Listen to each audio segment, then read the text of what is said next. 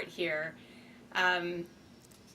way off script, is that everything that you can do to protect yourselves gives them one fewer person to worry about, and it helps protect them and keep them safe. So please just keep that in your mind when those talks of evacuation come. The quicker you do it and the fewer times they have to remind you, the safer it is for everybody. All right, thank you again for being here. So as I noted, the last several years in Washington State have been a real eye-opener. And when we think about Washington and fires, most of us think about east of the Cascades. We think of the dry part with the brush fires. But it is changing, and as we are seeing each year, and especially last year, Western Washington is not immune. And we've already had hundreds of fires in the state. And for anybody who has trees in their yard, they need to take this very, very seriously. Now, there are steps that we can take in Congress. That's why every year I have asked for funding in the NDAA, the National Defense Authorization Act, to make sure that we can get surplus Department of Defense equipment, like helicopters, to our firefighters, and that they should go to the places in the country not with the most sophisticated operators, but to the places that really need it. And we see this in the entire western United States right now, and that's where that equipment should go. Now, Congress can also help by having designated funding for prescribed fire. Many of you, hopefully most of you, have heard of this. This is where you go in when you don't have a risk of a catastrophic wildfire, and you mechanically remove, but you also burn the underbrush, the stuff that makes these fires so hot and so catastrophic. It's called a prescribed burn, a controlled burn. And right now, the funding for that, it's like the leftovers. It's after FEMA deals with a wildfire. There's some money left over to do it. What it really needs is dedicated funding. And so I have a bill called the Prescribed Fire Act that is bipartisan, which means Democrat and Republican, and bicameral, which means Senate and House. So a ton of support, which means it is serious and it will go forward. That gives a designated account with $300 million to specifically prevent wildfires by doing prescribed burns. And this is so important because the number of acres that we have to address is mind-numbing and mind-boggling. And the numbers that are being done, it means it would take us 70 years to get through what we need to get through, and it's not like it's one and done. You gotta keep treating forests to keep them resilient and safe.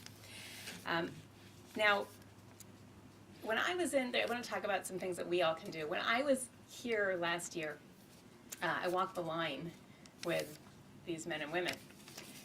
And this particular event, this particular walk was in Graham. And there was a whole line of houses. They were all gone, just decimated. It went so quickly. There was one house, it wasn't even touched. It had gravel around it, had a green lawn, no big shrubs by the house. And that family, whether they knew it or not, they had a great, what we call defensible space around their house that protected them, their belongings, themselves, their pets.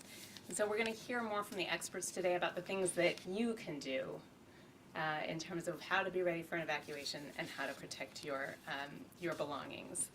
We don't know when wildfire will strike, but we are pretty much guaranteed that we will see more of them as time goes by and our climate is hotter and our forests continue to grow. So thank you for joining me today. And I am going to introduce my friend and colleague, Marilyn Strickland. Well, thank you, Congresswoman Schreier, for your leadership and for inviting me to be part of this event. My name is Marilyn Strickland, and I represent the 10th Congressional District of Washington State, which is the neighbor of the 8th Congressional District. And I'm here today just to remind us all that when we think about summer in the Northwest, we get so excited because it's been a long, hard winter. But we also have to be mindful of the fact that a lot of the fires that are caused by us, human behavior. And it's everything from people throwing cigarettes out to not being mindful of campfires and just doing things to put us at risk. And so as we think about fire, unfortunately, we now have to think about it as fire season. And the brave men and women who represent fire departments do such hard work every year, and we are so grateful to them. So thank you from the bottom of my heart and the many people that I represent for all the work that you do. Now, as we think about what we saw last year, we're seeing fires in places that we just don't expect to see it. And what's happening right now is there is a wildland-urban interface that's expanding. And it means that we're going to see fires in places where we normally don't see them. I grew up in South Tacoma, and I was in my mom's house last year during the summer. And there's some hills not far from where she lives, and they were ablaze because of human behavior. So as we think about what we need to do, we want to make sure that we are taking responsibility. And we also want to make sure that we think of this potential fire as a natural disaster. We talk about earthquake preparedness. We talk about the day Mount Rainier may blow. And we want to make sure that every household has what I call the go bag, that you have preparations in case you have to up and leave very quickly, the medications you need, a supply of water, clothing you need, but always being prepared, because we're more likely to see fires happen, we know, than a volcano blow or than an earthquake. So we always want to be prepared. It's so incredibly important. And I'm very proud to be a co-sponsor with my colleague, Rep. Jason Crow, to create an outdoor restoration fund. And this bill is going to make $20 billion available directly to local and state government to help in this work to reduce critical fires and to make sure that we're working on prevention. And I also plan to join Congresswoman Schreier with her bill to make sure that I'm supporting her and ensuring that we can pass this out of Congress as well. So in the Northwest, we love our summers, but we know now that summertime in the Northwest means fire season. Let's be prepared, let's take responsibility, and let's do our part to fight climate change. Thank you. And now, I'm going to introduce George Geisler, who is the Washington State Forester. Thanks for having me here today. Well, it's good to see everybody. Like the Congresswoman said, my name is George Geisler. I'm the Washington State Forester. I also oversee Washington DNR's Wildland Firefighting Force and the Forest Health and Resiliency Divisions. So I spend most of my Washington summers dealing with some of the smoke that both of the congressmen spoke of. They asked me today to kind of give you a little bit of an overview of what kind of fire season that we're going to have. And I will tell you that I'm a forester and I don't have a crystal ball. But I will tell you that from the Predictive Services folks, they are telling us that we will have a normal fire season. Now, for those of you that have been through the recent summers, normal is changing. And I think it's something that we all need to be aware of. Both of the previous folks spoke about being prepared. And for us here in the Pacific Northwest, we're currently in an underlying drought. If you look at the recent drought maps, most of Oregon and a lot of our state just has that underlying need for moisture. And what happens at that point is that all of the plants are struggling and they really do become available fuels. So the underlying drought coupled with our ongoing climate change is really changing the characteristics of wildland fire in our state. For many times you would hear that, well, fire is an eastern Washington problem. And as the western side has learned, no, it can happen here too. And when it does happen, we have a lot of fuel that is available now because of the warmer temps that we've been experiencing and the drier conditions. So for what the Predictive Services folks may consider normal, I always tell everyone that normal is changing and that it's something that we all need to be prepared for. I know the men and women that man these vehicles are experiencing different fire behavior than they may have seen 5 or 10 years ago. I know for my own self, after 30 years, I'm totally shocked when I go out and see some of the changes in the way that our fuels are reacting. So again, I think for us, being prepared is the key. Here in Western Washington especially, we're in a high-risk area. As was said earlier, the primary cause of fires across the state are us, human beings. And if you look at our population centers, Western Washington has an awful lot of us around. And that increases the risk in Western Washington, even though the fuels may not be quite as receptive as what you see on the eastern side.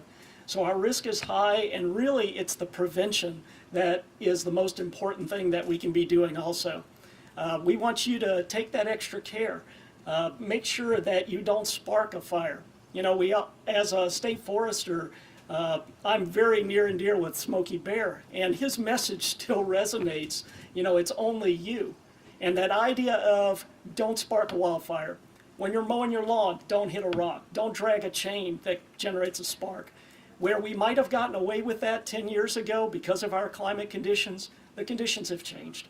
And we really are in a position now where on the west side, we have to be just as vigilant as what you would have experienced on the eastern side of our state. So again, the message here is prepare. The message here is prevent. And that's really what all of us as firefighters are asking you to do, because if you're able to do that, you actually keep all of these folks a whole lot safer if they don't have to go out. So thank you for that. The next speaker is John Parkinson. He is the fire chief here at East Pierce Fire and Rescue. John?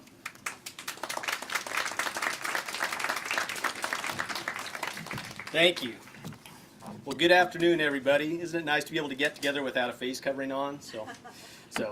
Well, on behalf of East Pierce Fire and Rescue, I want to thank you all for coming out today, and thank you, Congresswoman Strickland and Congresswoman Schreier, for putting this event on.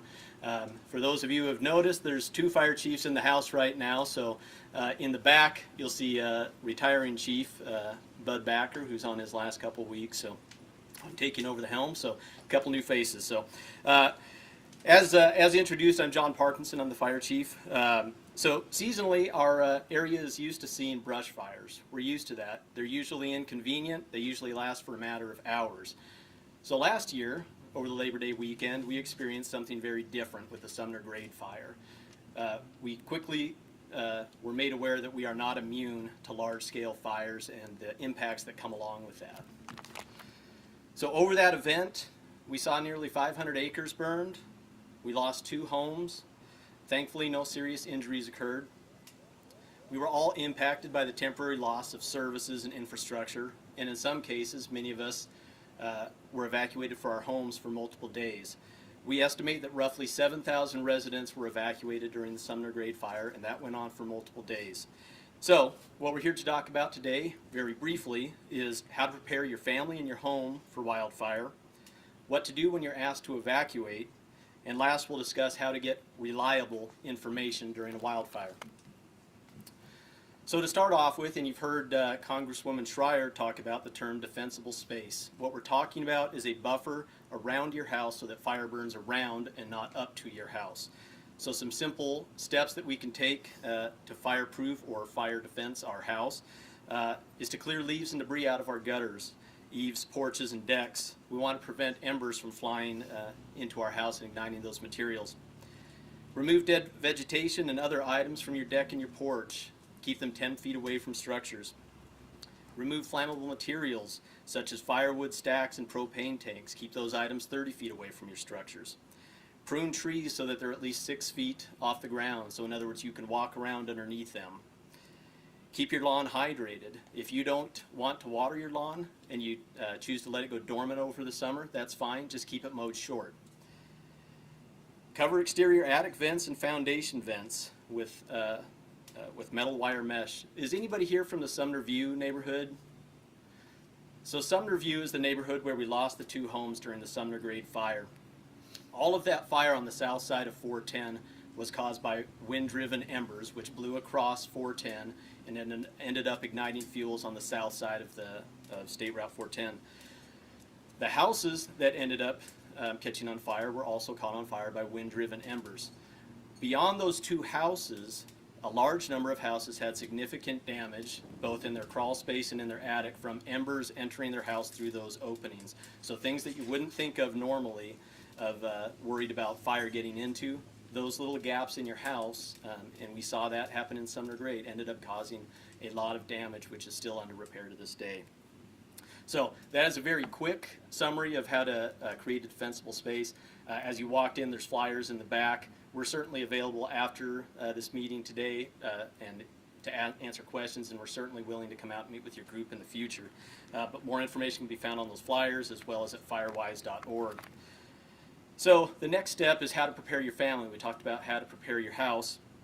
So the first one, and you heard Congresswoman Strickland say this, is build an emergency supply kit. This principle applies to not only wildfires, but earthquakes, floods if we're in a flood-prone area, windstorms, ice storms, snowstorms, etc. Have the supplies to be able to survive for 3 days. So that's food, clothing, your medications, important documentations, your ID, If anybody's like me, your pets are part of your family, so do you have supplies for your pets to go that long too if they're going to evacuate with you? No two ways out of your neighborhood. You know, it is surprising how many people do not know a secondary way to get out of their neighborhood. And when they're forced to evacuate at the heat of the moment, they get cut off in a fire. So know the back roads into your neighborhood, not only for getting out, but getting back in, because after the fire, we may not open up the major routes into your home, so you may have to take a back road. Evacuation levels. So here's a new one. 28 years in the fire service, in the western side of this state, I have never had to evacuate a home, except for the one that is on fire. But we don't typically use the terms level 1, 2, and 3 evacuations. And I know that's pretty foreign language to most of us. So we use the term ready, set, go to align with that level 1, 2, and 3. So when level 1 evacuation notices come out, that's your cue to get your emergency kit together and get ready to go and start tuning into the local news. When level 2 hits, that's the set part of the ready, set, go. That's starting to pack those things into your vehicle, for instance, or however you're going to get out, start making your plans. That's also where we encourage you to voluntarily evacuate. So you'll hear me say pets a lot. My pets are part of my family. So that's the point. If you want them out of the house, that's the time to start heading out. The next step, so level 3, is go quick and go now. Your life is in danger. There's no time to grab anything else. So at that point, it's too late. You need to get up and go. We can replace your house. We can't replace you. So again, if you're a pet lover, make some advanced steps. All of these, you know, that prevention can make such a difference. So we talked about how to prepare your house, how to prepare your family. So once you've taken care of that, the next step is to get involved with your community. So whether it's your HOA or just close neighbors, these same steps can be done throughout your community. Maintain areas that have high grasses, debris piles get removed. Work with your neighbors on having a community plan and developing kids together. So that is all I have. I apologize for how brief that is. Again, please find us afterwards. With that, I'm going to turn it over to Dina Sutherland, who's our public educator. She's going to speak again on how to get reliable information during wildfires. Thank you.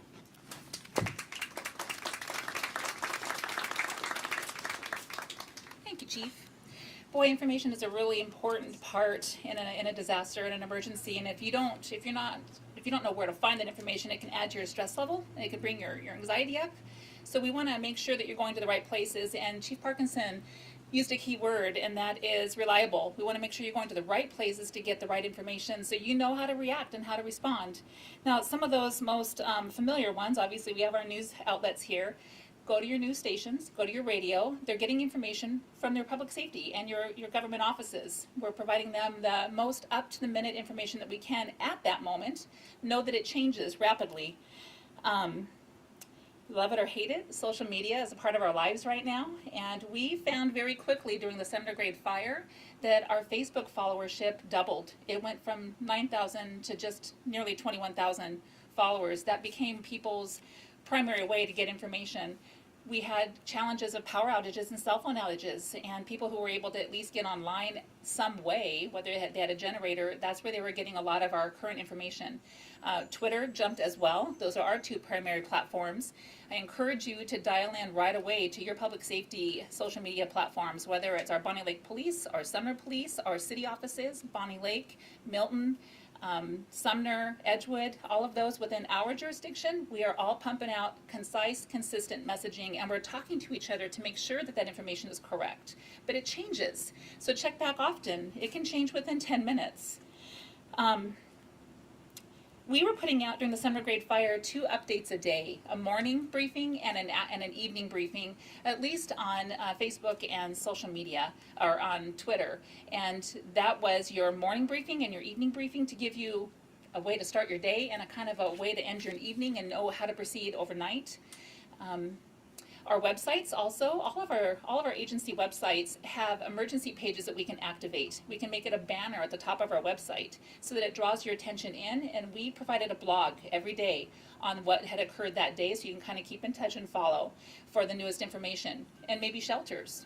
Another great way to get information if this particular disaster deems it necessary is we'll put up a a pop-up message center, perhaps at a shelter that's been deemed, an evacuation shelter, or a place where people are going to be congregating. And we'll do it poster board style. If all else fails and we can't get information out because power is down and cell phones are down, we'll put it up where people are gathering and at least convey information there. We'll do the best we can with what we have. If you don't have a generator available, please make sure that you have another means of accessing at least radio, whether it's a hand crank radio or a battery powered radio, to at least stay in touch with that news media. It's going to be so important. So with that, I'd like to introduce Ording Valley Fire and Rescue Fire Chief Zane Gibson.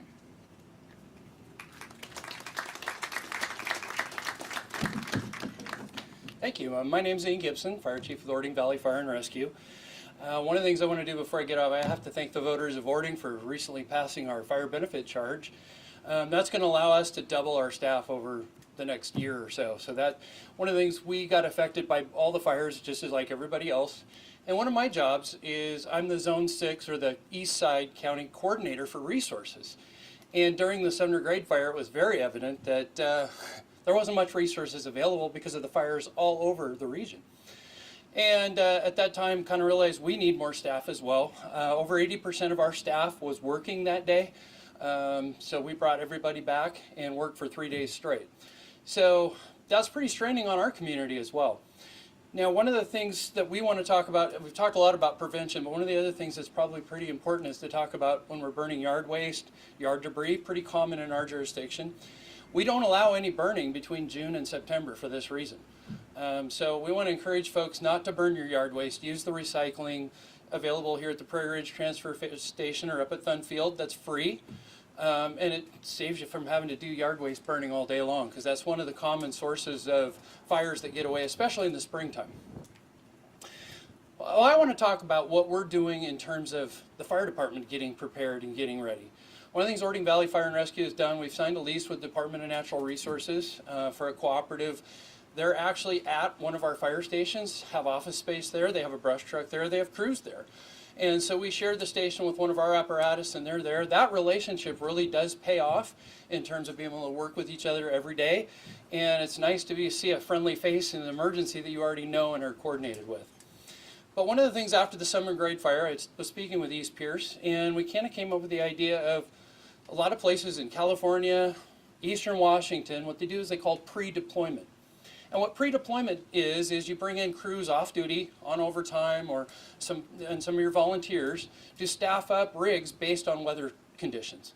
So we're currently working with East Pierce and Buckley and all the departments on the east side of the county to hit those when we have a red flag warning or a fire weather watch. What we're going to do is put extra crews on, and instead of us individually doing it, we're going to co-locate together so that we can respond as a strike team to different spots. And the intent there is to try to stop the fire sooner.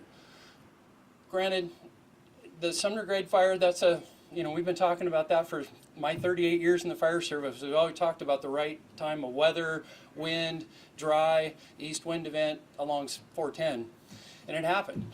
But being able to have 5 brush trucks, a tender, an engine, and a strike team leader available pretty rapidly, rather than waiting for them to come from Gig Harbor or from Eastern Washington even, we feel that's a huge benefit to our community, and it's something Ording Valley Fire and Rescue absolutely will participate in along with East Pierce, and we're kind of hoping that that kind of grows. We'll start reaching out for some funding, potentially, to help backfill that. Had to get that in there. And the idea is to put the right people in the right place at the right time. And you can't replace that. And to me, I've always taken the attitude, it's going to be a red flag warning, 90 degrees, low humidity, and we bring 2 people on, put them on a brush truck, and they don't do anything. I feel that that is our responsibility to you as the citizens to be prepared. And so on our end, it's important that we're prepared. Additionally, we do have a wildland volunteer firefighter program. We might have snagged, I'm going to point him out in the back of the Charlie Burns, retired from DNR after 42 years. I think I put him on as a volunteer before you retired, didn't I, Charlie? What a great resource for us all to have in the region and keep inputting for things to do. So I don't have much more than that. I just wanted to reassure you that we are really on top of trying to be proactive and put the right resources ahead of time. And the additional benefit is our on-duty crews still can respond to the normal calls by having the right resources there. Thank you.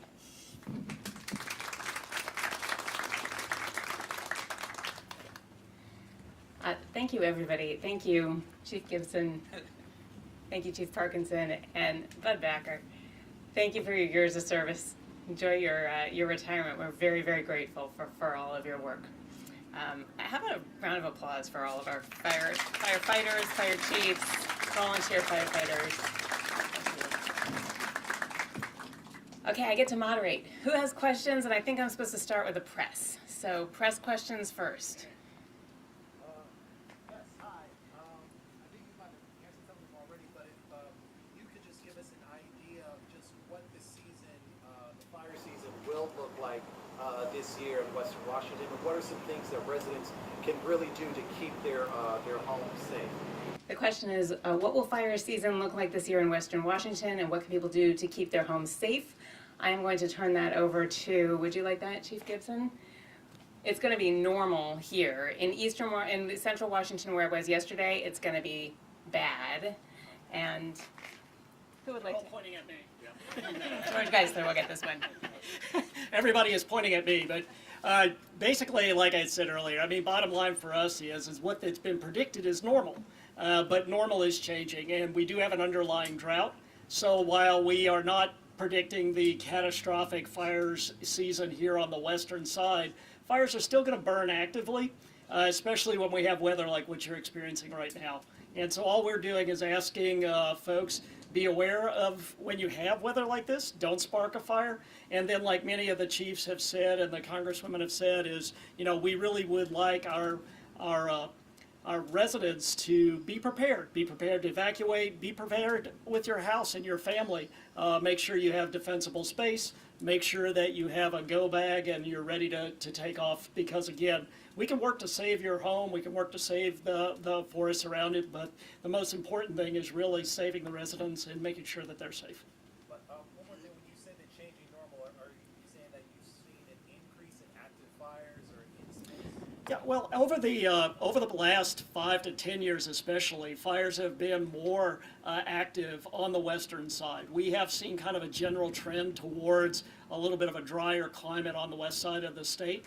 And with the increasing, or I should say decreasing moisture that's available on the western side, and the exposure that we currently have with all of the residents who are the primary reasons why we spark fires, the risk has been increasing here on the western side.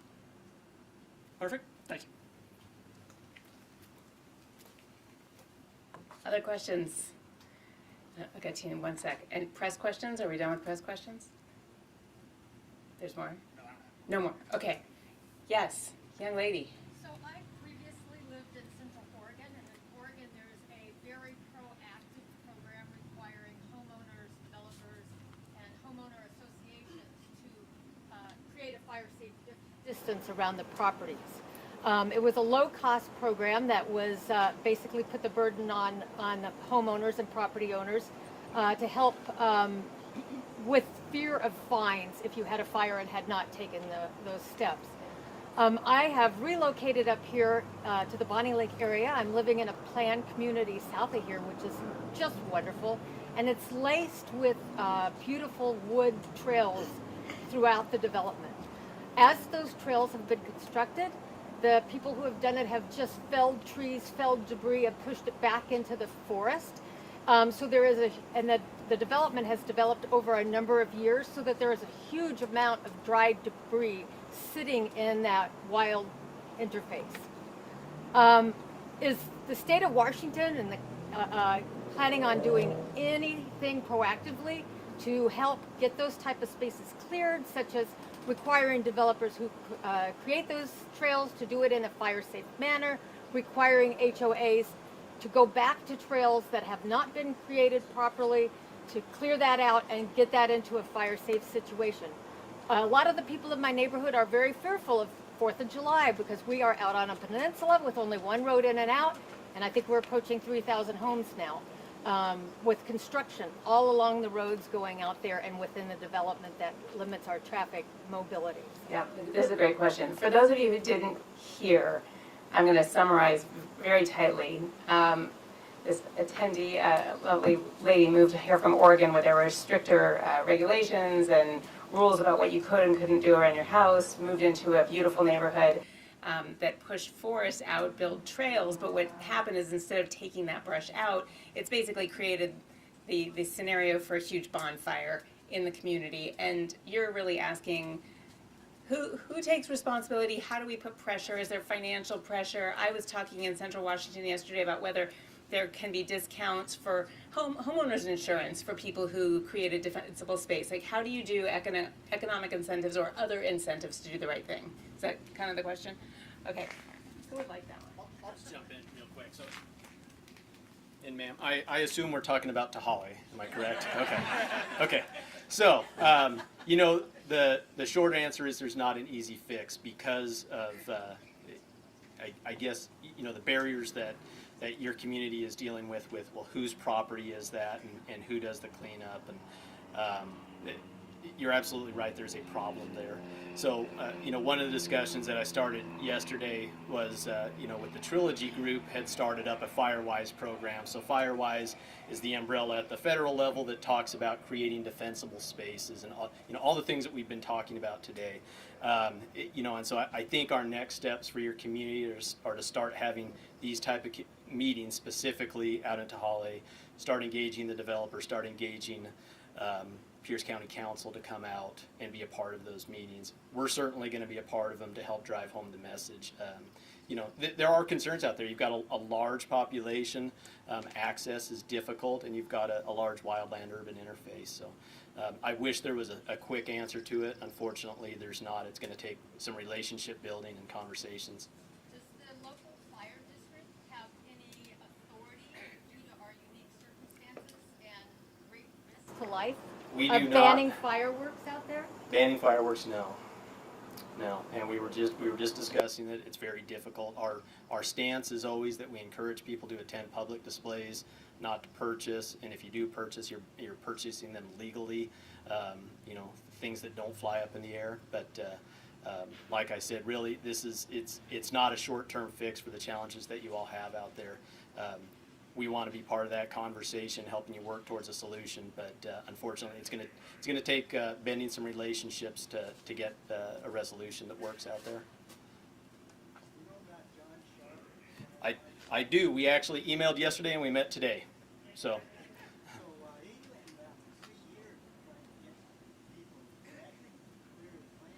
Yep. So. Yep. So like I said, we're gonna start the conversation here. We'll start engaging. I know that we have a meeting with the ownership of Newland Construction next week, and we'll keep it going.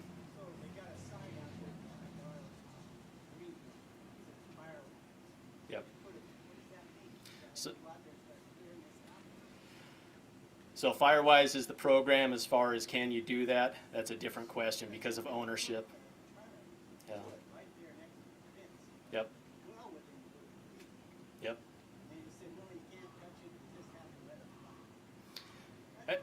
Yeah, you're absolutely right. Yeah. Yep. Congresswoman Schwein, you want to step back and moderate? I'll step back in. I've got a little bit of an off-the-record question for Chief Parkinson or Chief Gibson, because I just heard that you, even in a super dry year, you can't put any limitations on fireworks. Did I really hear that? We do not have the authority to. That has to come, you know, incorporated, that have to come from the county council. Okay. County Council.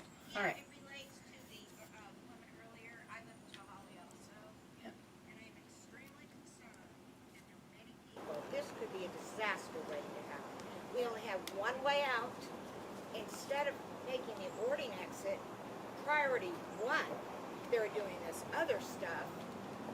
Boarding exit should have been priority one. If there's massive disaster up there will be no houses sold. That will be the end of it. And I want to know these meetings you're talking about. This is an emergency in my mind. How do we know about them, and are they going to go on as soon as possible? The question is, when are the meetings? And I presume, I think there's a is that laissez-faire posted? attitude. I'm not saying any of you people. A laissez-faire attitude about what people are facing. And you got major lawsuits too. Yep. Like I said earlier, the challenge with single access out of the community, that's a to put it lightly, that's a difficult challenge. You know, again, what we can do as East Pierce Fire and Rescue, the same thing. Orting Valley Fire and Rescue is a part of this conversation also. We can partner with you to help drive the conversation forward. Unfortunately, there's, you know, I wish I could snap my fingers and make it happen. I just simply can't. But we can partner with you. Now, what can I do as a citizen, you know, a resident in that community? What can I do? So number one, so you have a representative on the county council who you know, who you need to reach out to. I can send out all that information to you afterwards if you don't have that contact. We engage with him often, so there is a relationship started there. But you know, that and driving the discussion with your developer, which I know that can feel like pushing rocks uphill or something like that. But So which is the barrier, the county or the building? I don't know the full answer to that. I don't know, you know, just because it's not a project that falls under my jurisdiction. I don't know if it's a funding issue. I couldn't tell you the rest of that story. So. There's another question. As a representative of Firewise in Trilogy, the question was, what can we do? We're starting those conversations. We need you to join Trilogy, Firewise. We need you to become part of the solution. Yep. And not saying, there are problems, what can I do? We're starting that. We have Firewise, we've been around for a year, and John started us, 4 of us are here. A lot of people from Trilogy I see that are here. We're beginning those conversations, working with everyone, so we're a beginning of the solution to the problem. Yep, 100% right. And so just recapping what you just said is, you know, us collectively coming together, you know, obviously a large group here from Tahali. The solution starts with us collectively working together and partnering, you know, forcing that conversation forward. So again, there's barriers that, you know, I can't mandate, but I can certainly help drive those conversations along for you. So.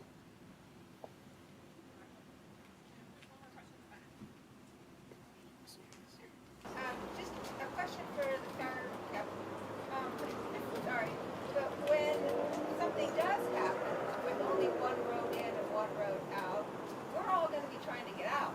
Yep. So how are you going to get in?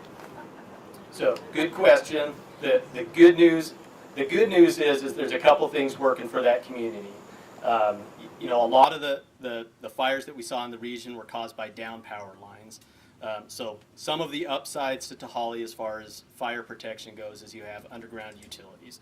So that helps part of that. As far as exiting goes, you know, so long as our residents are following what's going on in the media, what's going on in the situation, and so that they're prepared to start evacuating early, and that we have enough room to move up and down the road, we can make it happen. So, you know, fortunately, that's a pretty wide road, and it's getting wider. So as far as being able to protect it, but you're preaching to the choir as far as emergency egress and protecting you, the community members. So. That's Olivia's question.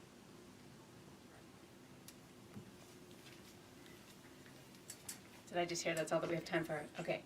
I want to thank you all for coming. This is such an important topic. I hear the passion in your voices, and I think now you have resources going forward. You have firefighters here, you have county council, you have your own homeowner associations and community to lean on, to have that public pressure on the neighbors who aren't quite on board with you to talk about how important this is. There's nothing like a little peer pressure to do the right thing. Thank you all very much for attending today.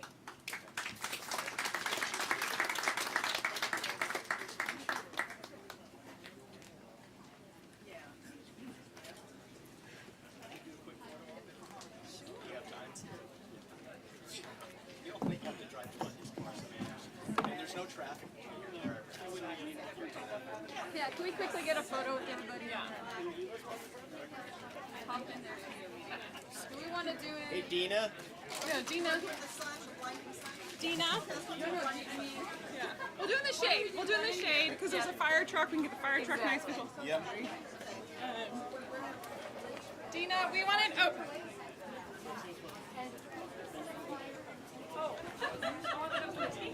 No, you were in the photo. Wow, you're in it. Yes, yes. Yes. Otherwise, I'm not doing my job.